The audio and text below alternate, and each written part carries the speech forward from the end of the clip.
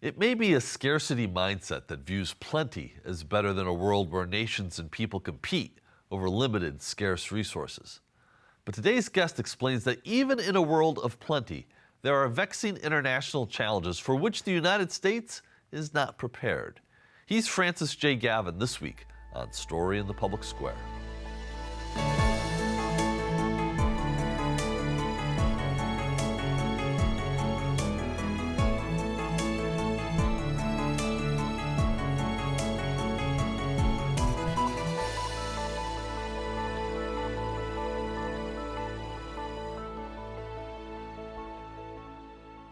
Hello and welcome to Story in the Public Square, where storytelling meets public affairs. I'm Jim Ludis from the Pell Center at Salve Regina University. And I'm G. Wayne Miller, also with Salve's Pell Center.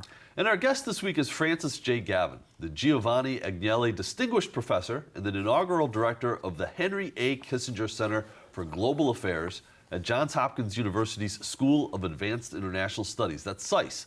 He's also the author of a new Adelphi paper from the International Institute for Strategic Studies, The Taming of Scarcity and the Problems of Plenty, Rethinking International Relations and American Grand Strategy in a New Era. He joins us today from Washington, D.C. Frank, thank you so much for being with us. Great to be here. You know, so I read a paper, an article that you had written for Foreign Policy last spring that was thoughtful and creative and interesting, and it led me back to this great piece that you wrote in the Adelphi paper series. Do you want to give us just a quick overview of the argument in the paper? Sure. Essentially, the paper was motivated by three things. First, I'm an international relations professor. I'm also a historian, and I found it a bit frustrating when people would use international relations theories to explain important phenomena like causes of war and peace, and they would act as if explaining the Napoleonic Wars or the Wars of Jenkins' Ear or the First World War were the same as explaining more recent conflicts. It struck me as a historian that fundamental factors had changed and shifted, and that our way of understanding the world had not shifted accordingly. Secondly, being in Washington, D.C., I was noting that the obsession with China and a future potential conflict with China was using a lot of the same conceptual lenses from the past that may or may not have been appropriate, and it struck me as some of that needed updating. And then third, of course, we all went through the horrible COVID-19 pandemic, and it seemed to me that pandemic and the response of most governments around the world exposed some of the institutional and actually intellectual weaknesses in understanding the new world we're in, and that we were focusing on older problems, which had not totally disappeared, but had changed to the exclusion of new, more planetary challenges, and that we needed to update our way of thinking and our governing structure. So that's what motivated it, and the basic argument is that we lived in one world in the past where scarcity in things like security, economics, and information shaped the international environment. That one of the great success stories of the last century is that we went a long distance towards solving many of those problems, but in solving them created a whole new series of problems, what I call the problems of plenty, for which we don't have institutional or even a conceptual grasp of, and that's the problem we face today. You know, so I just for folks who have not had the benefit of reading the paper, and they should, let's talk a little bit more about what scarcity is and what plenty is. So in the era of scarcity, what was scarce? Right. So I break down scarcity into three major buckets. The first are resources. We take for granted, for the most part, that we'll have access to things like food, medicine, shelter. And in the past, that's actually a very recent development. The food supply was very erratic up until about a century ago. Getting cheap, usable fuel was difficult. Basic economic resources, the kind of things you need to stay alive, were scarce and acquired erratically. Then there was information, knowledge about the world, both the physical and natural world, but also the political and social world. If you look at as recently as 2 centuries ago, the level of global literacy was something like 10, 11%. Now we assume most people are literate. The access to information and knowledge, what little knowledge and information there was expensive, was controlled by legacy institutions, was not widely distributed. It was very hard, it was very scarce. And then security, both security against large-scale invasion, conquest, empire, but even personal security, the types of things of communal and individual violence. All those things were scarce. Security, access to resources, information, and in an extraordinary world historical transformation, we massively increased agricultural productivity and economic productivity. We massively increased the amount and access of information and lowered its price. And we've also generated enormous amounts of security such that human life expectancy has basically doubled in the last century. And so we've gone from a world where the most basic things we cared about were very scarce and hard to get, which are now actually, when we don't have them, we find it to be a great surprise and a great tragedy. It still happens, but we expect to have, we expect resources, security, and information to be plentiful. You know, there was, as I started reading the Adelphi paper, the question that leapt to my mind was, is scarcity implicitly a world where conflict is more likely, and is plenty a world where conflict is less likely? And I don't know that you actually draw that specific a conclusion, but you're here, so I'm going to ask that question. Does scarcity equal conflict, and does plenty equal peace? So it's a great question, and it cuts in a couple different directions. And one of the big arguments of the paper is this is not some Panglossian view, or, you know, to quote an excellent book that was written a few years ago by Steven Pinker, it's not this idea that somehow war and conflict is going to go away. But the sources of conflict and war will change and will be different. And that's what sort of worries me so much. And this is why the conceptual lens is so important. The basic argument is that in the past, there was this tension that if you wanted to feed and house and protect your citizens, whether you were a nation, an empire, a city-state, whatever it was, you needed land. You needed land to grow food. You needed land for defense in depth. You needed land for energy and resources. And as you got a little bit better at doing these things and your population increased, you needed more and more land. This was sort of the kind of Malthusian curse, right? And so you would try to acquire more territory. That generated conflict and war. And this phenomena reached its peak in the late 19th through the middle of the 20th century, where the European empires and the Empire of Japan saw both increases in population and imagined as they looked to the future, their populations would increase dramatically, yet saw a very limited resource base upon which to support those people. And so for their survival, they believed they needed to expand. They needed to take more and more land, which generated conflict. Over time, as demographic compression took place, populations didn't increase as expected. As food productivity massively increased, as people moved to cities, as things urbanized, the desire for formal empire, or the need for formal empire, decreased, such that conquest, acquiring territory for survival, made less and less sense. So the kind of wars that we all think about, World War I, World War II, the imperial wars, total wars of complete mobilization, literally make no sense today. The motivations for them have gone away. That being said, there are other sources of conflict. I talk in the paper about how you're just as likely to be concerned about things like honor and fear and the like to generate conflict. But I just think it's important to understand that those former drivers of conflict have dissipated. So, Frank, I want to zero in on food.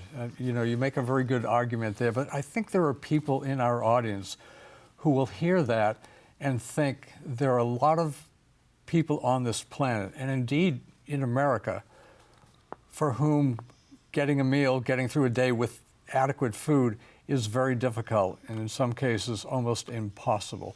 How does that square with this era of plenty? It's a very good question. And what I would say is that in the past, the limitations on getting basic resources were physical. You could not make more food, right? Now, or it was too expensive to get, or it would spoil, or you could not deliver it. Now, when there is, and there is understandably uh, food insecurity and food scarcity, the sources of that have less to do with the physical limits on producing food and on our political incapacity to deliver it. So it's a political, not a physical question. In 1850, it was not clear whether you could produce enough food to nourish your population. There was nothing you could do. Now, at least in theory, we have the technology, the means, the capability to produce more than enough food, to deliver it at reasonable prices and provide access to people when that doesn't happen. And it clearly does not happen in many cases. My argument is that it's not a physical limitation, it's a political limitation. One of which, by the way, I think we should be able to solve and should solve. It should be a priority. Those problems of scarcity that remain are politically shameful and are ones that we should work to overcome. It's just the physical limitation to do so is no longer there. Okay, that clarifies that. That makes a lot of sense. So I'm glad you get into that. You identify 5 revolutionary shifts that account for the transition from scarcity to plenty. Let's get through each one of them. And first is a voluntary demographic compression that diminished the need to conquer territory. What does that mean in some detail? Again, you've touched on this, but give us some more detail on that, please. Sure. One of the great puzzles, and you're seeing a little more discussion of this in contemporary media, is that people have just stopped having babies at the level they used to have. If you were to look at fertility rates throughout history, there was an anticipation that people would marry younger, they would have more children. Many of those children did not survive to adulthood, but that the sort of pattern of reproduction was such that the anticipation was there had been an expectation as societies got wealthier, you would not have less children, you would have more children. You would be able to support more children. And of course, over the last century, the exact opposite has happened. There's a lot of theories about that. Equality in education for women, industrialization. But the previous driver of the desire for land to grow more crops, to develop, to access more resources, to feed more people, one of that was the anticipation that you would need that land because your population would increase. If you look at sort of the project of Nazi Germany or Imperial Japan, they expected they needed this land because they expected their populations to increase. And for reasons, some of which we understand, some of which we don't, that phenomena stopped happening. There was a demographic compression, which is continuing and actually increasing even today with unknown consequences. The second revolution you talk about is an economic technological revolution that makes everything from food to capital abundantly available. How fundamental a transformation is that in history? This is enormous. So, and this divides up into, I would say, several categories. One is food production, right? You look in the United States in the 19th century, the ability to produce corn or oats in an acre of land goes up 6-fold, and then it goes up another 6-fold in the next century. So, and the ability to just massively increase the amount of food through things like fertilizers, mechanization, seed science, just all sorts of agricultural revolutions, which just intensify and generate and remove food, both as and then transporting it, preserving it, refrigerating it. Then you look on the economic side, this is sort of the industrial and the post-industrial revolution, where the ability to generate far more goods than anyone would have imagined takes place. But there's also an interesting revolution in financing. When I was a kid, my parents did not have credit cards, right? The ability to access easy available credit to make things happen, that has revolutionized in a variety of ways. Banking was very basic. It's a relatively modern phenomena. And our ability to access and to distribute capital effectively, efficiently, more widely, has also generated far more wealth. So number 3 is an information revolution. Break that down for us, please, Frank. Sure. I think, as I mentioned earlier, one of the great dilemmas of being a human being before, let's say 1950, was information about the world. How did the world work? How did the physical and natural world work? And how did the social and political world work? And we were in the dark about many things. Of course, the scientific revolution generates a lot of knowledge and understanding about the physical and natural world. But even as we generated more knowledge, access to it was not widespread. When you did get access to it, it was usually through some legacy institution, the state, a religious entity. It required literacy. It required access to books, to knowledge. And let's say before the middle of the last century, this was not something that was widespread. The massive increase in literacy, the telecommunications revolution, first with cheaper publishing and books and newspapers, widespread education, then radio and television, the internet, and now pretty much anyone in the world can get access to all the information we have in the world through a simple cell phone that most people own without having to go through any legacy institution. It's a profound change. Now, we haven't really wrestled with those changes. If you had told people 50 years ago that this small device you held in its hand would give all the world's knowledge that ever took place available to anyone in the world for free, they would have said, wow, that's amazing. That has generated all sorts of great outcomes. And to a certain extent it has, but it's also generated a whole series of problems that we never could have imagined and which we're wrestling with to this day. So I want to get into that as a little bit of a sidebar.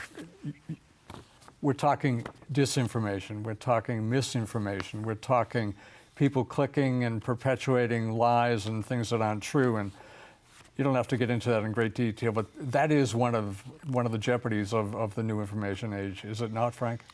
Yes, and I think if you look at our legal, intellectual, political system, it's still premised on the idea that information is scarce, whereas now we have this opposite problem where even if the information is all true, it overwhelms our ability to make sense of it, to analyze it, to put it in any comprehensible order to use in our lives. Yeah, Frank, so the last 2 revolutions that you identify, the first is domestic and international governing structures that produced domestic and economic stability. But I want to pair that with your 5th revolution, which is the advent of nuclear weapons. And so when we think about the structures and the institutions that emerged from the middle of the 20th century, you describe them as products of that era of scarcity. Are they ready for the world that we're moving into in an era of plenty? Yeah, no, and by the way, the reason the thermonuclear weapons is in there, and that's important. I'm someone who's written quite a bit on nuclear weapons. And one of the other motivations for this book was that in a lot of the literature on nuclear weapons were doing a lot of the work explaining why we have had less conflict over the last 70 or 80 years. And it struck me that may be true, but we needed to dig deeper and ask ourselves, if we didn't have any nuclear weapons today, would we be facing that situation? On the governance front, this is one of the great dilemmas, and I think an important thing to explain our current political moment. We have become very, very good at developing local, national, and even international governing institutions to deal with the problems of scarcity. We don't have Great Depressions anymore. We don't have great power wars anymore. We deal with, and you look on the local level, if you were living in a city in 1890, you'd have to worry about fires, cholera, crime, all sorts of sort of random events. We take for granted now, we turn on our water taps and clean water comes out. We walk down the street and we're relatively safe. We're allowed and able to get public education. These are miracles of public governance, right? But human beings just take this for granted. And now that we have these new problems, be it climate, public health, migration, inequality, disinformation, none of these governing institutions were built to deal with those problems. And since they fail at dealing with those, there's a crisis of legitimacy. And we fail to recall that, in fact, we're actually really good and have done an extraordinary job of solving some basic problems that plagued human beings for quite some time.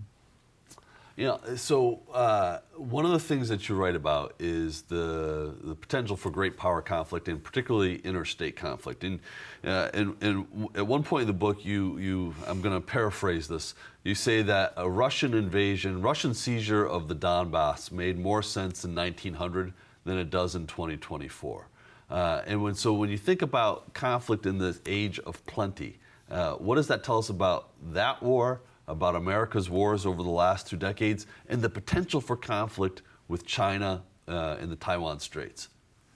Yeah, I've been thinking about this quite a bit because, as I'm sure you can imagine, this is the critique that I've gotten the most. How does this explain what happened in February 2022? Mm-hmm. How does this explain the sort of looming potential crisis with China over Taiwan? So the first thing to say is that one of the things that has changed with the problems of plenty is that not only is invasion and conquest less necessary for national survival, and in fact actually somewhat irrational, it's more difficult to pull off. So in 1900, it makes sense to have the Donbass. It has lots of wheat, it has coal, it has a supplicant population. You can do what you want there, no one in the world's going to care. No one cares what Russia does in the Donbass in 1900. In 2022, wheat and coal really are not foundations of national power.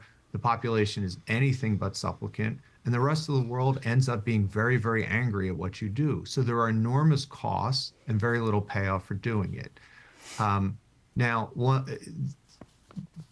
I make a comparison, not a totally clean comparison, but the U.S. wars in the Middle East, which I think have gone very, very poorly and was premised on some of the same misconceptions that even if you had a wildly successful military victory to take over a country, occupying it and transforming it both is far more difficult than it was in the past and certainly doesn't generate any of the benefits while having all of the cost.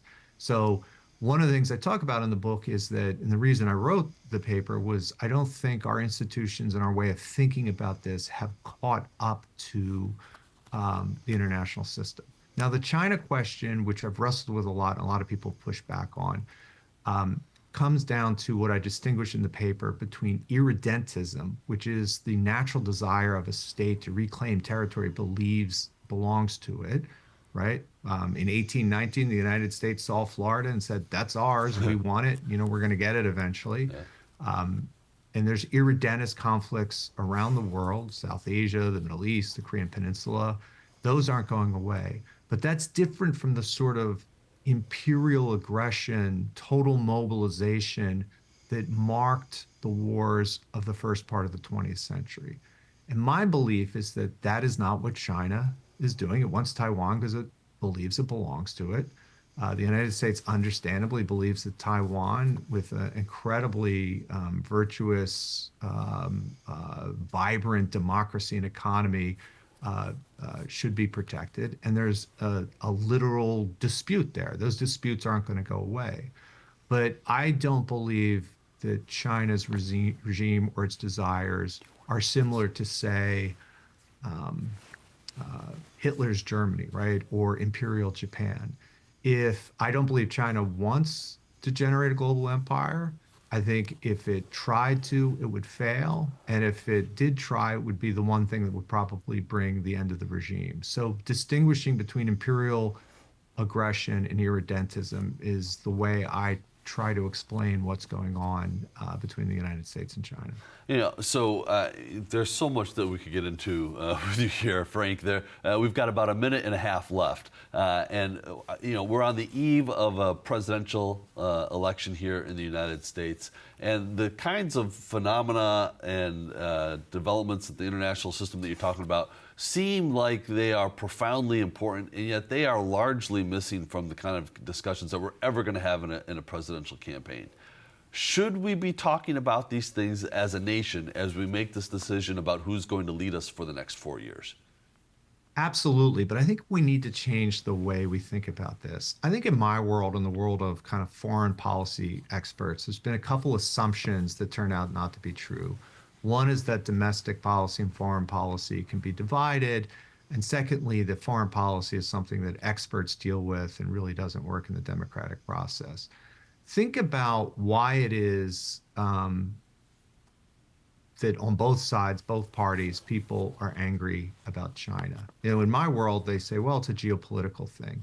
But if you look at the crises that have plagued the American politics and many American citizens, fentanyl, COVID, deindustrialization, disinformation, those are problems of plenty. And they are problems that people are grappling to try to get an answer for.